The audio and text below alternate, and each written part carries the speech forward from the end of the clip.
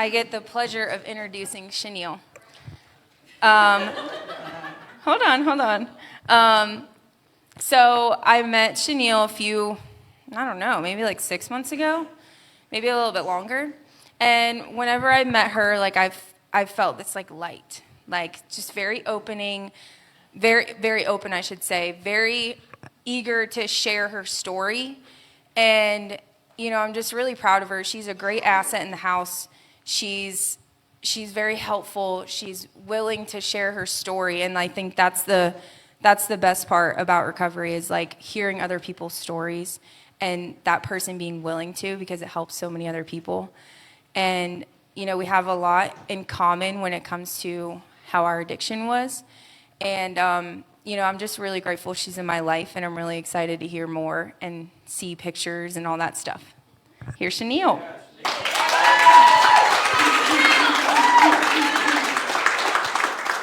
Okay, sorry. All right, check. My name's Shaneal. I'm a grateful recovering addict. Hi, I'm super nervous, so bear with me. All right, I'm just going to start from the beginning. I think, okay, so this is my family. Right here is my papa and my grandmother. They pretty much raised me. I was in the house with my mother as well. We actually had a very big house. My mom, my aunt, and my cousin were in the house as well. So we were a very close family. We went out a lot together on the weekends, so I was actually kind of a brat when I was little. I have no complaint for my childhood. So yeah, there's that. My grandfather was like the mold of our family, and so I'm going to start with what happened with him when I was younger. I was 15 years old, and hold on, I'm sorry. Okay, I was 15 years old, and I was with my first father of my child, my oldest son, Kane. I wasn't pregnant with him yet, but I was with his father, and he was, I guess, a plug, you could call him. And he always had like pills and weed and alcohol and everything. And we started, I was always indulging in the pills with him. And I got really bad on actually Rufinols, which is weird to say. But so my best friend came up to me. We were supposed to go to Panama City the next morning because it was my 16th birthday. So this was July 17th, 1999. The day before my 16th birthday, and my best friend comes up to me and she's like, "I don't like how you've been acting. You're all messed up on pills. You're not you're not you anymore. I'm not coming to you. I'm not coming with you to Panama City." So basically, I got mad because how dare her tell me about myself, and I punched her in the face. And she tackled me. And if I would have been in my right mind, I definitely wouldn't have done that because, yeah, she had 2 older brothers, and she was definitely a tough girl. So I would have never done that sober.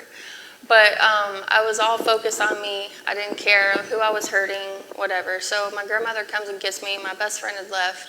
And I'm still like in a rage because I'm like, how dare you not come to my trip in Panama City? You know what I mean? Like, this is my 16th birthday, blah, blah, blah. So, and we're fighting on the phone when I get to my grandmother's. And, sorry, I need to just sip. So I'm cussing her out and begging her to come to Panama City at the same time.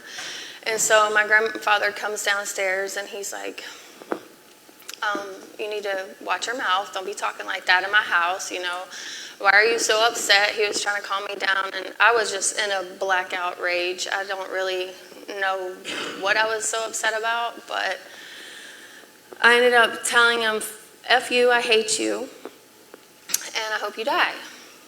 and I took off running outside. And I went out the driveway and ran down the street. And it was like we had neighbors, and then the street, Camp Mitchell, that runs up by the neighbor's house. So I run down the street, run up Camp Mitchell a little bit, and I stop because I hear an ambulance. And I'm like, no way. Like, there's no way this is about to go to my house. So I was like, please don't be my grandfather. You know what I mean? Like, so I ran back down to the end of Camp Mitchell, and when I got to the end of the road, I saw the ambulance pass, and they turned off their sirens, and they pulled in the driveway. And so I was obviously crying and run back up to the house and run into the driveway.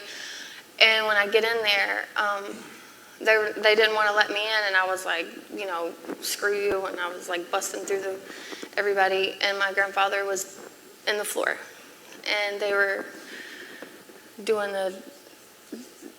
not resuscitating him, but the defibrillators, and then like that was the last time I saw my grandfather. The ambulance took him out, and I ran inside and grabbed a bottle of vodka and just started chugging it. Mind you, I was 15 years old, so I called my boyfriend at the time, Greg, and I'm like, I need you to take me to the hospital right now. So him and one of my good friends, Jimmy, who has passed away now, rest in peace,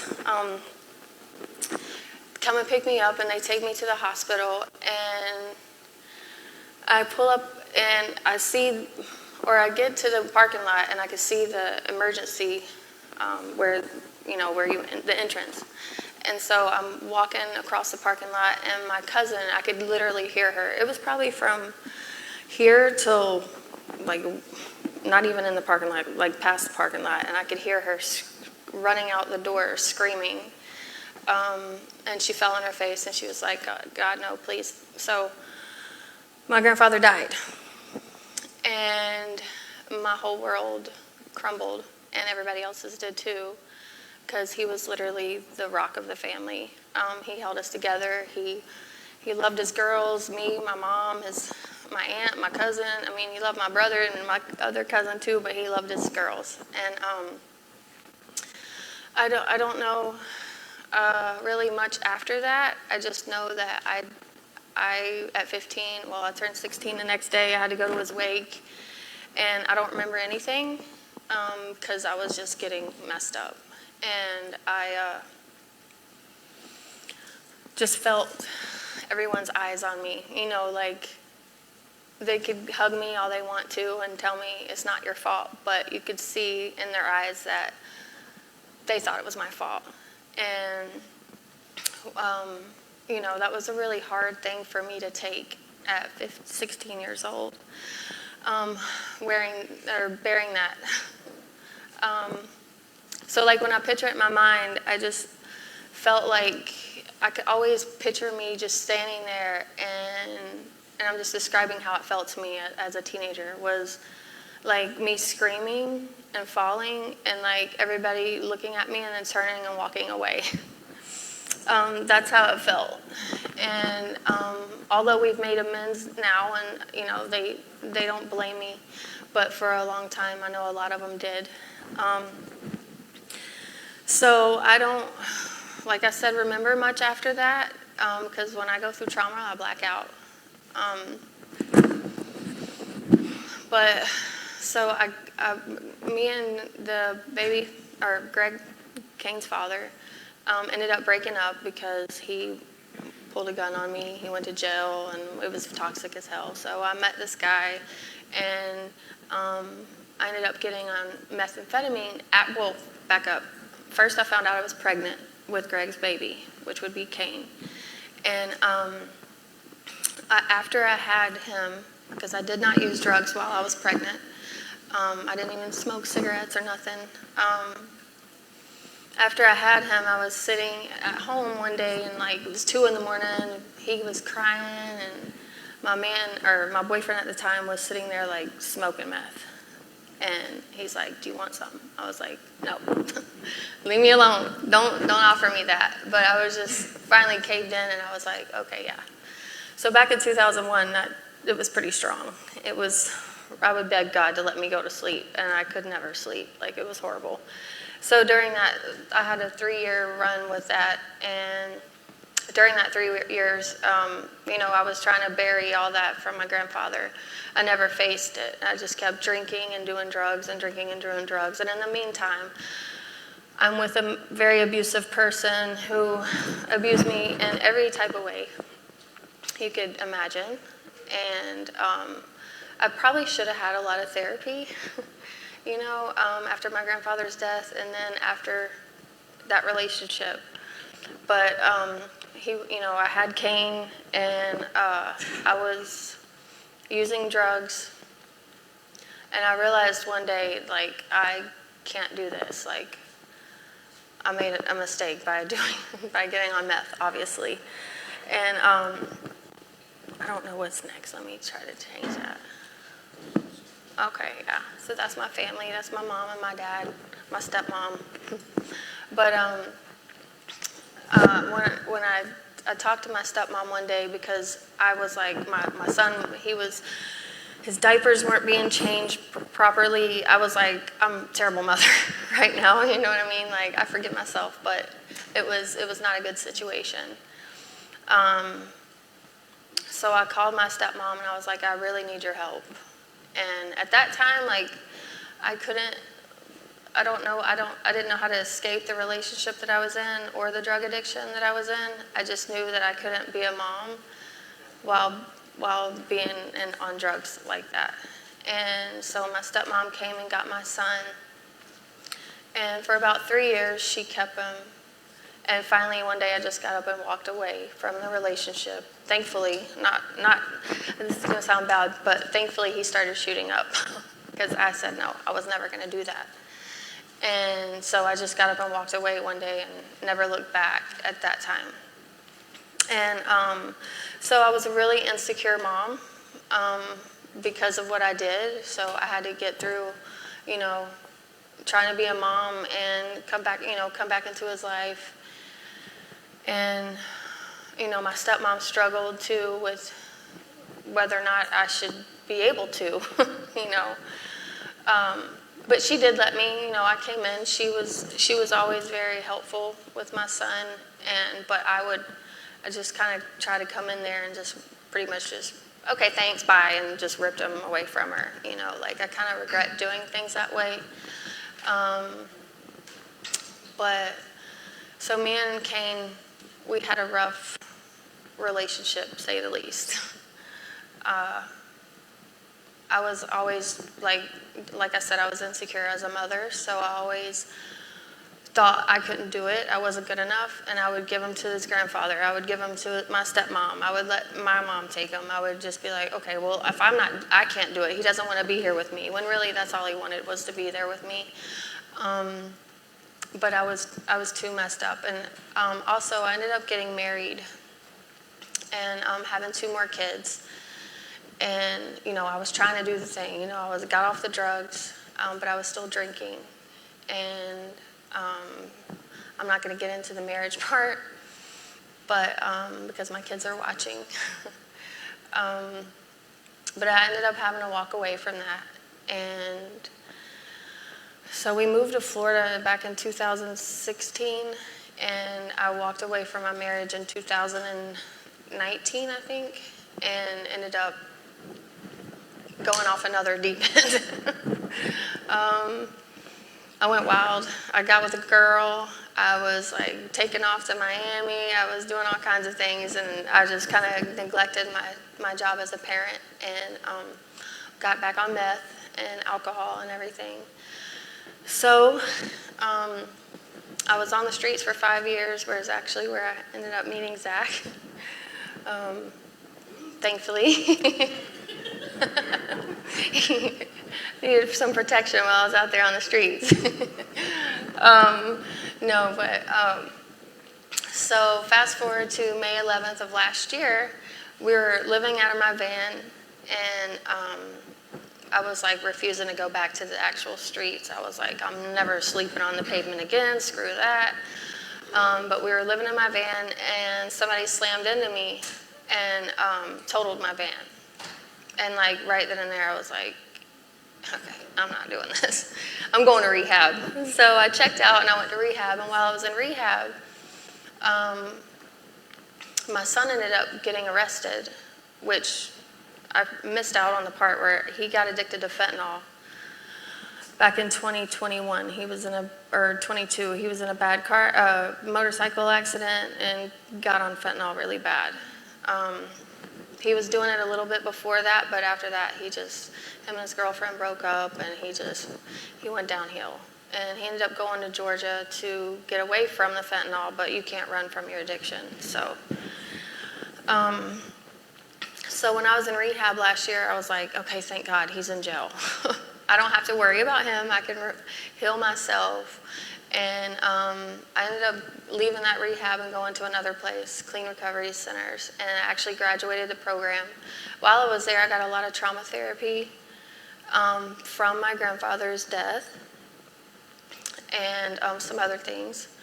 But I finally had processed that, you know what I mean? Like, finally, it was such a relief to, like, not take and hold that burden over my head anymore and realize that it's not my fault that my grandfather died. I just happened to be the last one to upset him. It's not funny. But so I get out of rehab, I graduate. Hold on, these are my kids. That's them when they were little. Yeah. Yeah, so that's Kane on the side, right, over there. Well, him on the bottom too, holding the fish, but the other side is just mostly him over there. And him and his daddy. His dad passed away August 6, 2023, and that hit him really hard. He watched it happen. I guess he gave his dad a Xanax or something, and it was pressed. And my son was on his phone. He didn't realize that 5 feet behind him, his dad was dying and overdosing. He didn't hear it, he just heard the dogs, and he's like, finally he turned around and he's like, what the hell's going on? Why are the dogs barking? And so the dogs were barking at his father, not moving. And so my son tried to save his life. He did bring back a heartbeat, but he ended up dying. So that took my son down even farther. Like, he couldn't get out of that, but he ended up going to jail, so I was happy that he was in jail. I graduated Clean Recovery Centers July 26, 2024. And when I got out 4 days later, he called me. He's like, hey, Mama. He just got out of jail. He was so excited. And I was excited, and I was like, yay, hi, okay, cool. So my friend bought me this boat, or didn't buy it. He gave me this boat, gave me and Zach a boat, and it was one that we could live on. So my son always said, Mama, I just want to come back to Florida and live with you, but I don't know where we're going to go. So I was like super excited to tell him, well, this boat is huge. Like, you can come live with us on the boat, and you can bring Kilo, that's his dog. And he's like excited, yeah. And so I noticed when I'm on the phone with him that I could hear that aluminum foil being hit. And I was like, what are you doing? And he's like, don't worry, Mama, it's that other stuff. And he thinks, meaning meth. But I was like, well, we're not doing that. You know what I mean? Like, we're not doing meth either. But he was lying to me. He didn't want me to know. So we're talking on the phone, and he starts passing out on the phone. And he's like, I'll call you back. I didn't get any sleep while I was in jail. And hung up. And that was the last time I talked to my son. So the reason I have that water picture up there is because if you could see it, there's a rainbow. But the day I found out, which was the next day, I had a feeling. I already knew, like, I'm his mama. You know what I mean? Like, you know.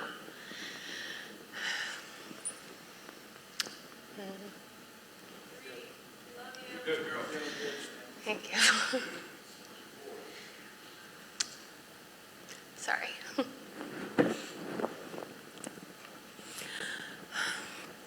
Yeah, so, I know.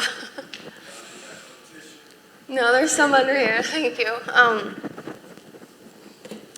So yeah, 4 days after rehab, thankfully I did go to rehab and get all that trauma therapy. So mental health to me is very important.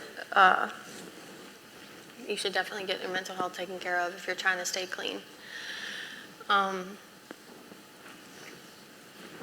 So that picture, I was on my way to the boat already before I found out, and I was getting it ready for us to live on, and my stepmom had texted me, and see, my dad had been sick too. He had been really sick, like near death, and so my stepmom texted me, and she's like, "I need to talk to you. It's bad," and because of what happened the night before, I kind of already knew, but I was like, and Dad, I love you if you're watching, but I was like, between the two, you know what I mean? Like, hopefully it's my dad. I don't want my dad to be dead, but you know what I mean? Like, I didn't want my son to be dead either. So when I called her, she's like, it's Christian. And I knew, like, we call him Christian. So he liked to go by Kane. But so I knew immediately, you know, I just hung up the phone and started screaming and went home, told my kids. So I was like, I'm going back to this boat. And I don't know why. Just like when my grandfather passed, I insisted on going to Panama City anyway. I don't know what it is about like this connection that I have when someone passes. Like, I connected that boat to my son, you know what I mean? Because I knew that he was excited to come down and live on it. So I was like, we're going to this boat. I don't give a damn what I have to do. Like, we're going to the boat. So that rainbow was the first picture I took and the first rainbow I saw after, like, an hour after my son passed, or me getting the news. So that picture was important to me. But, so yeah, we ended up going to the boat, and there was a hurricane coming. Hurricane Debbie. I don't know if it was actually turned into a hurricane last year, but they were calling it Hurricane Debbie, and me and Zach decided to go stay on the boat on the hurricane. But I did relapse, and I was like, screw this, I'm going to get high. I don't want to feel this. Let's go get high. So that's what we did. We went and we got high. And but on that boat, we ran out really quickly because there was nothing to do. Well, anyway, so we literally had no food, nothing on this boat. Just like, we found a pack of spaghetti noodles and some ramen seasoning. And by the third day, I was like, I'm starving. And so we soaked them in the water, put seasoning on them, and yeah, I was like, I'm getting off this dang boat. It was disgusting. But somehow, even though we were when we first got there, we were relapsing, somehow Zach still slept the whole time.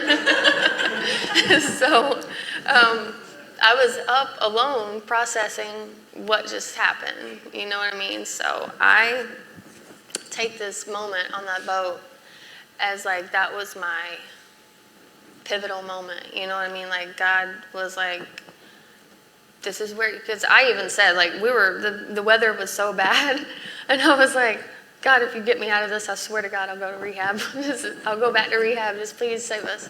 So, but yeah, that's when I had the moment that I needed to go back to rehab, because if not, it was going to be worse than my grandfather, you know, because that took 25 years to overcome. And so when we finally got off the boat, I made him get in a kayak and paddle us in the terrible current back to shore. Barely made it. As soon as we got to that ground, it was like, okay. So I called, and we went to Addiction Recovery Institute of America, ARIA, in West Palm Beach. I wanted to get away, go far. And so we did 3 months there. We graduated. We went to sober living.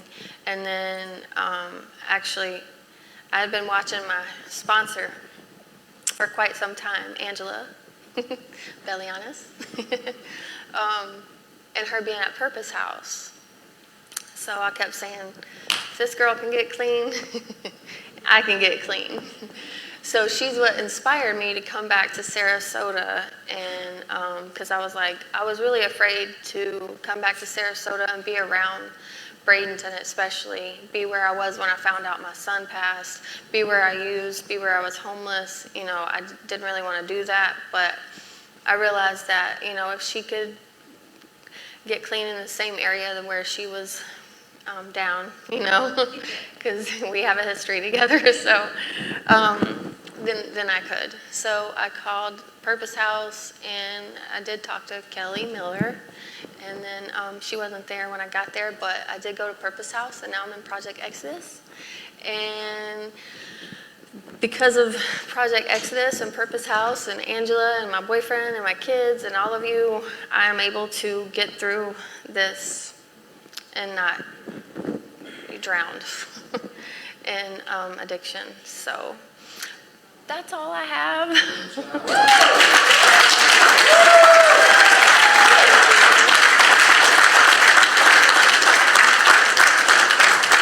Oh, yeah. There you go. Because of recovery, I get to be with my kids and all that good stuff. So I was just going to open it up and let anybody just ask me anything, or we could talk about gratitude, because in my eyes, I wake up every day grateful. And Zach said to me one time, be grateful that you got to be his mother. And I was like, that's a good way to look at it. So gratitude is extremely important to me, and I'm grateful. So I don't know if you want to ask questions or talk about gratitude, but.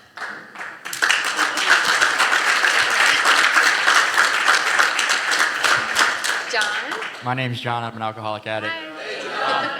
I just want to start by saying, thank you for getting up there and sharing your testimony. We all love you. We're proud of you. Thank you. It takes a lot to come back from that. I lost my mother, and I always thought that grief is like love with nowhere to go. And to process that, there's no proper way, right? And we would turn to alcohol and drugs to do so. But we're grateful to have you here, and I just want to say we love you. Thank you. I love you too.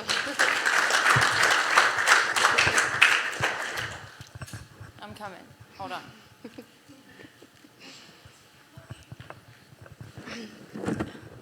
I'm Yvette. I'm a recovering addict. Hi. I just want to say, I'm so proud of you every time I hear your story. Now, we've been besties for a little while now, but what brought me so close with you when we were roommates at Purpose House was we have so much in common in our story. I lost my dad the same way. That I hate you was the last words, and the process of that was horrible. I lost my daughter tragically, horrible. And I was just seeing you do this, I was not missing tonight. I'm so super proud of you. Thank you. And just knowing that you're reaching out to everybody, your grandpa and your son are looking down on you every day saying, at least she's using this to, help the next person. And I just wanted to put out there, I'm so proud of you, Shaneal. I love you.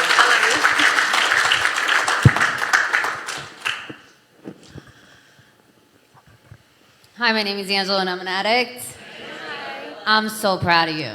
Thank You did such a good job to see you walk through this journey with bravery, courage. Whenever you feel something, just to share it out loud and not hold it in, you leave it. You leave your heart on the table because you're done. And everybody can see that. And I'm just so, so proud of you. From where we started to see where we're at today, it's nothing less than a blessing, and I love you so much. I love you too.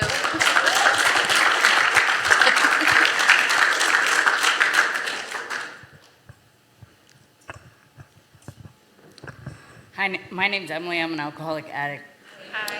Hi. Thank you so much for sharing your experience, strength, and hope. I've really seen God show up in so many ways in your story, and it's really inspiring to me because it's so I can identify with you so much. I lost a lot of people in my life too, and I was in and out of recovery, struggling, and then I tragically lost my daughter about a month and a half ago, Sorry. and just like you were on that boat, I felt like I was alone too, and then God showed up again, and I'm just grateful that I know there's other people out there that have the same experience as me, so I can reach out, because sometimes it does feel lonely. And grief is such a, it's something you got to go through yourself. But that you made that very untrue. Thank you for your story. Thank you. It took a lot of Sorry. courage.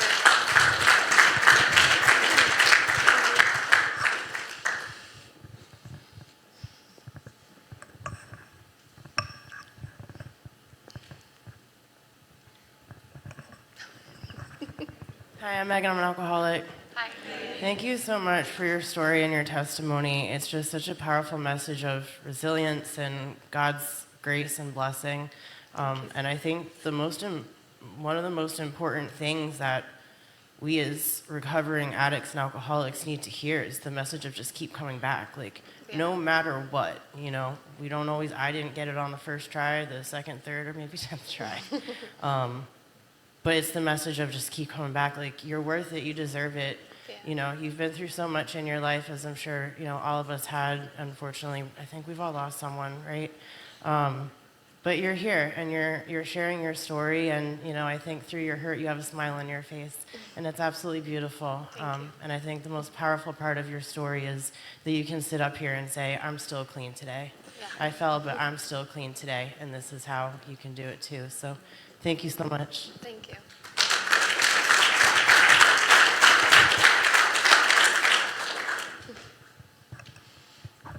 I'm Jesse, I'm an addict. Hey, Jesse. So I'm very glad I got to hear your story because it really did touch me tonight. I've been dealing with a death in the family right before I got out of prison. My dad died while I was locked up in the box. So I really didn't get to talk to him or say anything to him. And me and my dad were real close. So I've pretty much put that in a box and buried it down inside me. Like when I got out of prison, my plan was to while out and go back. But the day I got off the bus, my sister picked me up and I decided to go to Purpose House and, try to get my stuff right and, so my dad can watch me try to be sober for the rest of my life.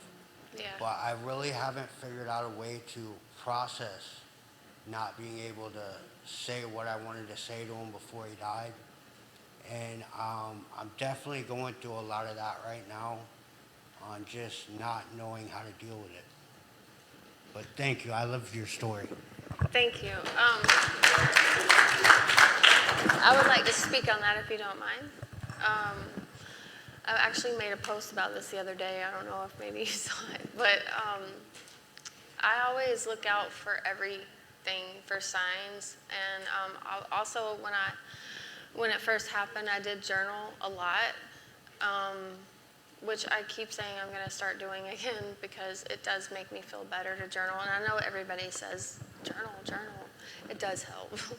But I literally watch out for everything. And so, I'm going to tell you something really quick that the morning I hadn't found out yet that my son passed, like I said, I knew, but I hadn't heard the news. Me and my daughter went for a walk at Riverwalk in Bradenton. And it was the weirdest thing. And I wish I could have found the video, but she has it. But we were sitting there talking, the whole time we were reminiscing about my son, as if we did know. You know what I mean? We were laughing and everything. So we're like, what is up with this lizard? This lizard was sitting there the entire time that we were talking, and we were there for 2 hours. And that lizard did not move. It moved one time to run off another lizard, and that was it. And but it sat there the whole time, looking at us like this. And I'm like, so after he passed, I was like, man, that was you, And I don't care if anyone thinks that's crazy, but literally lizards are my thing now. I actually have. I'll show you real quick. Excuse me. Yeah. Don't let Zach get it. Oh no, that's my Jesus. I got Jesus in one pocket and a lizard in the other.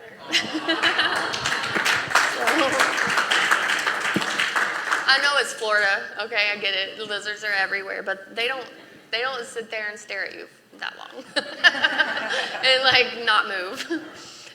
So yeah, just look at him and everything because he's there. You know what I mean? And the living amends is the number one thing I think, and being grateful. So I hope that helps.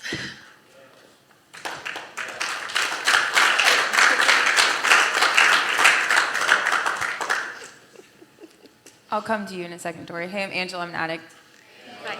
So I already said it before, but like the courage that you have and like just the fact that you can share it is just amazing. Like I talk about it all the time, like sharing my feelings, getting it out, like that helps me tremendously in my recovery. Yeah. I'm a big advocate for that.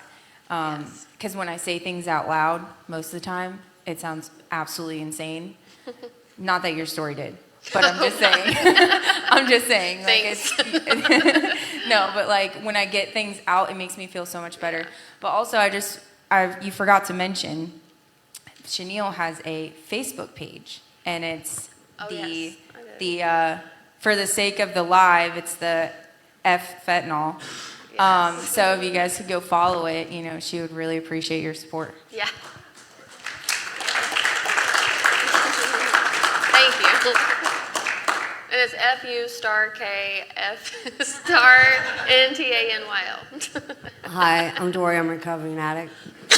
I Hi. just want to tell you, I didn't know nothing about this connection you have with lizards, but just today, I told, maybe it was yesterday, Sam, those boots you have on right there have been right outside the back door, and every single day when I go out there, a lizard runs out of them. I just said it to Sam today or yesterday, so it just gave me chills that you said That's that. cool. That's so crazy. Yeah. Right. Those are her boots on the back.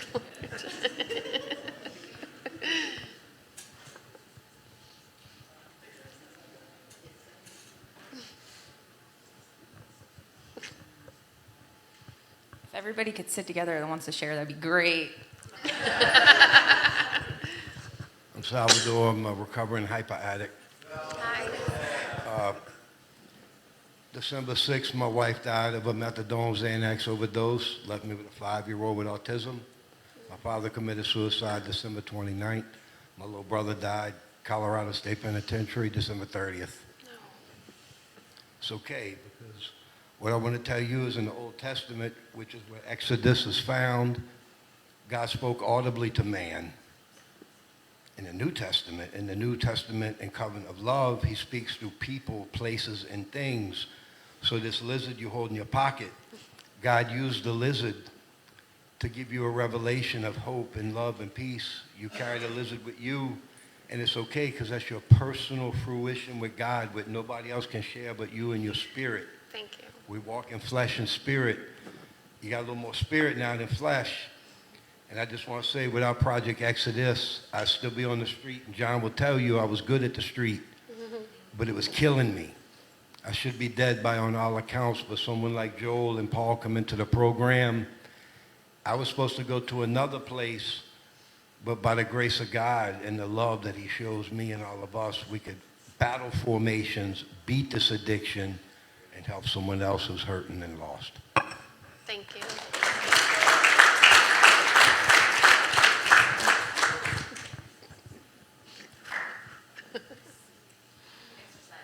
Yeah, I got my steps going. All right. My name's Asa, and I'm a recovering addict. What's up, Asa? I just want to say, Shaneal, I'm very proud of you. I think you did an amazing Thank you. job up there. This is the second time that I've heard you tell your story, the first time at Harvest, and that was spur of the moment, but I still believe even that time you did a great job. And I just want to say, I haven't been through the close loss of my family or anything like a couple other people I know and how you had just shared, but I couldn't imagine going through what you did. And the fact that you were able to get up there and speak about it in front of others, it's really awesome. Thank you. I think you kept your composure and you did a great job. And I just want to say, my girlfriend really loves you, and I think you're an awesome friend to her. Thank and, you. You mean a lot to her, and also I feel like you've always had like a light to you, and you've always been nice to have in our presence. So Thank you. I appreciate you, Shaneal. Yeah. Hi, I'm Regina. I'm an alcoholic. Hi. This beautiful lady is a housemate of mine. She's up first with a smile on her face, the hardest working gal in the whole house, and gets ready, gets on a bus, and works a full-time job. And you are a light in the whole world.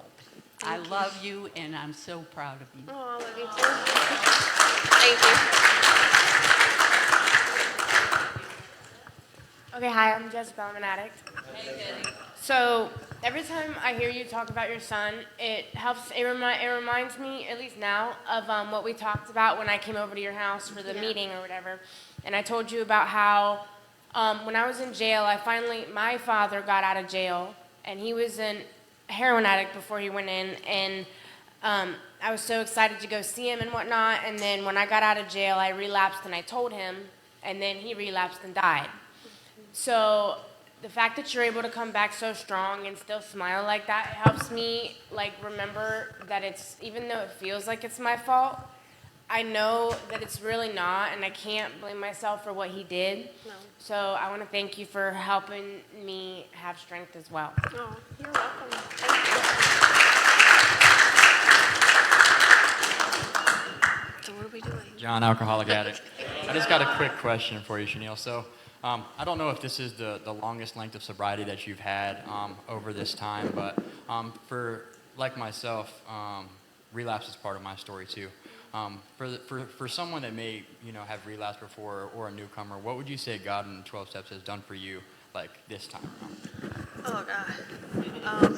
Well, honestly, before I never did the 12 steps. I never did any type of recovery. I always thought alcohol was never a drug. So I would just quit doing all the drugs and keep drinking because that's one thing I was gonna say before that I forgot, that drinking was kind of like the part of my story with my family and everything. They weren't alcoholics, but they knew how to stop. So like I never thought I had so I would just quit the drugs, but not alcohol. So I always thought I could do it on my own. And this time around, I paid attention in groups, first of all, in rehab. And I always shared. And then I couldn't wait to go get out and do my 90 and 90. Like, I was so excited to do that. And, I did it. And it was probably one of the things that helped, save my life for sure. And it brought my relationship back with God because I was not really happy with God. Yeah. So I feel like AA and NA definitely rekindled my relationship with God 100% because they bring love. In meetings that I went to, they did. And yeah, that's what happened.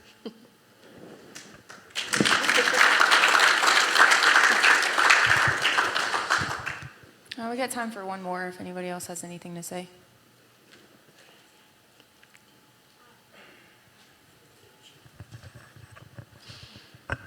Hi, I'm Joan, and I'm an addict. Hey, Shaneal. Hi. I seen you, where we met at, right? We didn't even meet, we were passing. Oh yeah. At the bridge. We were both walking the bridge, right? Mm-hmm. I didn't know you. I just seen you. I kind of waved, and then I seen you at a meeting, and I was like, oh my gosh, hi, how are you? And we talked a little. We exchanged phone numbers and everything. And the day I seen you there, it's like you were such a bright light, and you shine. And then I heard about what you went through, and I was like, I'm so sorry, I didn't know. And I'm just grateful to have known you and get to know you, and Thank you. You're a good person.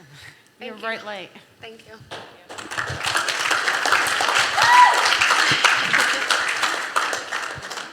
Thank you so much, Shaneal. Thank you. Give Shaneal another round of applause. Okay.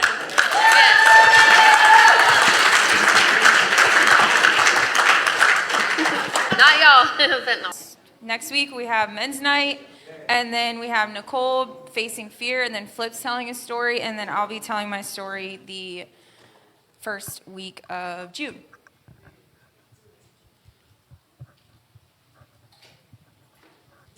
And we have a great way of closing. What do? Go help someone.